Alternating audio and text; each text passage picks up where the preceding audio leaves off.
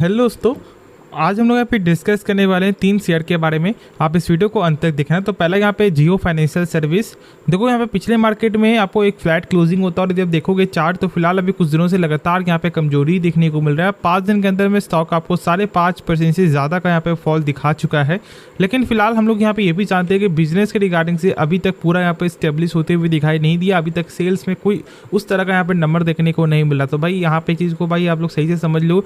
यदि आपको इस कंपनी के बिजनेस में इंटरेस्ट है ना, तो अभी भी ये कंपनी सस्ते दाम पे ही ट्रेड कर रहा है। ठीक है, यदि आप यहाँ पे बिजनेस के पॉइंट ऑफ व्यू से देख रहे हो, जो मैंने आपको शुरू के लेवल से शेयर किया वो 223 240। ठीक है, उससे मैंने बोला था कि जो लोग यहाँ पर आपको यहाँ पे लॉन्ग टर्म के लिए देख रहे हैं ना, तो एक बेस्ट प्राइस आ चुका है। और बहुत लोगों ने यहाँ पे ये भी बोला था कि सर हम लोग जा रहे हैं बाई करने, और देख लो कि आज स्टॉक आपको 350 पे खड़ा है।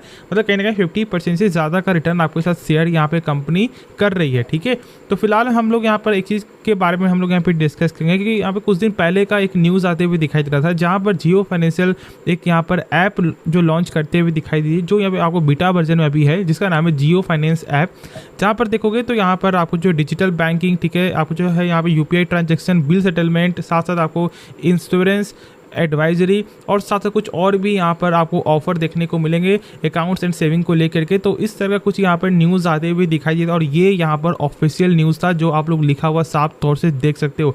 तो अब यहाँ पर बिजनेस जो है ना आपको रोड में खड़ा हो चुका है। ठीक है, और अब यहाँ पर आपको एक्चुअल जो है कुछ क्वार्टर के बाद से नंबर दिखाई देगा। जो आप लोग यहाँ पे ये देखते हो कि सेल्स में कुछ खास ग्रोथ देखने को नहीं मिल रहा, तो भाई कैसे ग्रोथ देखने को मिला जब अभी तक कुछ यहाँ पर आपको स्टैंड हुआ ही नहीं है।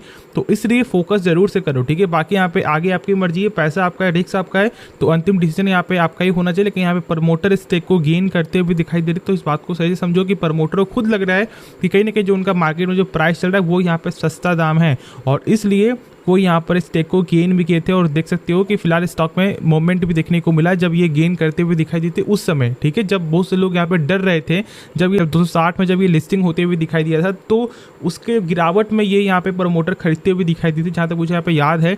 और देख सकते हो कि किस तरह का यहाँ पे कारनामा दिखाई दे रहा है। तो आगे जरूर से फोकस बना हुआ रहेगा, तो खुद से स्टडी इसके बारे में जरूर से कर लेना। उसके बाद जो शेयर है वो यहाँ पर हुडको है। हुडको में आपको जो लगातार गेन दिखने को मिल रहा है फिलहाल कुछ दिनों से। Q4 का नंबर कुछ सही आते हुए दिखाई नहीं दिया है। सेल्स में जरूर से गेन है, लेकिन प्रॉफिट में उस तरह गेन देखने को नहीं मिला। लेकिन उसके बाद ही मार्केट ने इस चीज़ को यहाँ पर एक्सेप्ट नहीं किया था। और साथ साथ हम लोग यहाँ पर एक चीज़ और जानते हैं कि एक्सेप्ट ना करने के बाद भी फिलहाल एक अच्छा गेन देखने को मिल रहा है। 5 दिन के अंदर में जो ही फॉल जो देखने को मिल रहा था वो पूरा यहाँ पर रिकवर होकर के 2% तक का यहाँ पे गेन जो है दिखा रहा है।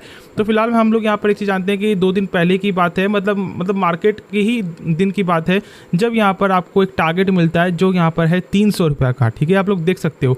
तो इस तरह का कुछ यहाँ पे टारगेट भी देखने को मिल रहा है, और ये टारगेट अभी कुछ भी नहीं। जैसे फिलहाल अभी एग्जिट पोल में जो हम लोगों ने देखा कि किस तरह का जो यहाँ पे सीट जो दिखाई दे रहा है ना, यदि ऐसा होता है 4 जून के दिन, तो फिर कहीं ना कहीं फोकस आपको इस कंपनी बना हुआ रहेगा, और 300 का लेवल तो आपको सेम डे ही ये चलते हुए दिखाई दे जाएगा। इसलिए यदि आपके पास ये शेयर है, डेफिनेटली आप लोगों को होल्ड करना चाहिए। यदि आप यहाँ पे नियर टर्म के लिए हो तो भी, और जब लॉन्ग टर्म के लिए हो तो भी। ठीक है, तो फोकस इस कंपनी बनाकर चलना, क्योंकि कंपनी खास है जो मैंने आपके साथ शुरू से शेयर किया हुआ। तो इसलिए ज़्यादा मैं इस वीडियो को लंबा नहीं करूँगा इसके कारण।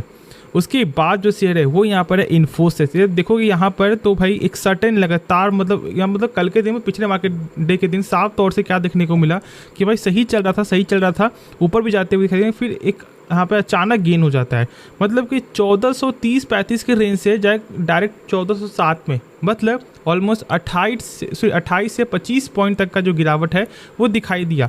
तो क्या यहाँ पे गिरावट का वजह है? तो गिरावट का वजह यहाँ पर है एक जाने माने एक्सपर्ट का एक पॉइंट ऑफ व्यू। उनका ये बोलना है कि कहीं ना कहीं जो Q1 का जो नंबर आएगा, मतलब ये FY25 का जो Q1 का जो नंबर आएगा, वो कहीं ना कहीं सही आते हुए दिखाई नहीं देगा, क्योंकि यहाँ पर आपको पुअर क्लाइंट स्पेंड के कारण, साथ साथ कुछ यहाँ पे और बिजनेस जो प्रोडक्ट के कारण इनमें थोड़ा सा आपको अर्निंग में फॉल देखने को मिल सकता है, मतलब थोड़ा सा कमी देखने को मिल सकता है।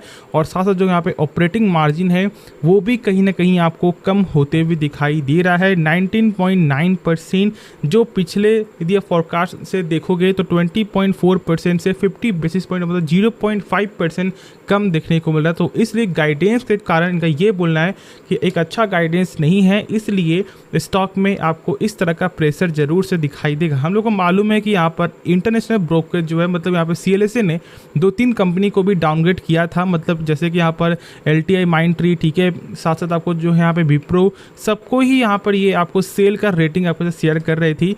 फिलहाल यदि हम लोग यहाँ पे देखें तो भाई इन्फोसिस को भी एक्यूमुलेट का रेटिंग देखने को मिल रहा है, और यहाँ पे जो परसिस्टेंट सिस्टम को सेल का रेटिंग, तो इस तरह का कुछ यहाँ पर हम लोग को टारगेट दिखाई दे रहा है। क्या करें, क्या हम लोग यहाँ पे टारगेट को देख करके शेयर को बेच दें? सबसे पहली बात, जो लोग यहाँ पे लॉन्ग टर्म के लिए, तो आपको बिल्कुल भी ऐसा नहीं करना है। जो लोग ट्रेडिंग पर्पस के लिए, तो मैंने आपके साथ इस लेवल से ही शेयर किया था। जब ये लेवल आपको टूटते हुए दिखाई दिया था, मैंने बोला था कि यहाँ पे एक अच्छा रेंज नहीं बन रहा, कहीं ना कहीं स्टॉक में थोड़ा फॉल देखने को मिल सकता है। और फिलहाल आपको ये भी जो ट्रेंड लाइन जो था ना, जो सपोर्ट जो था, वो भी यहाँ पे आपको ब्रेकडाउन होते हुए दिखाई दे चुका है। तो प्रेशर यहाँ पे कहीं ना कहीं स्टॉक आपको 1380 के रेंज में आ सकता है। साफ तौर से 1380 के रेंज तक भी आते हुए दिखाई दे सकता है, क्योंकि जिस तरह का यहाँ पे बियरिश जो मोमेंटम यहाँ पर देखने को मिल रहा है, तो ये पॉसिबिलिटी यहाँ पर आपको ज़्यादातर दिखाई दे सकता है। ठीक है, तो इसलिए यदि आप यहाँ पे ट्रेडिंग पर्पस के लिए, तो भाई थोड़ा सा आप लोग को वेट करना है। बाकी जब लॉन्ग टर्म के लिए हो, तो आप जरूर से हर एक गिरावट में कुछ ना कुछ क्वांटिटी को ऐड करते रहो और एक अच्छा पोर्टफोलियो जरूर से क्रिएट करो। ठीक है, तो होप आपको ये वीडियो पसंद आया होगा।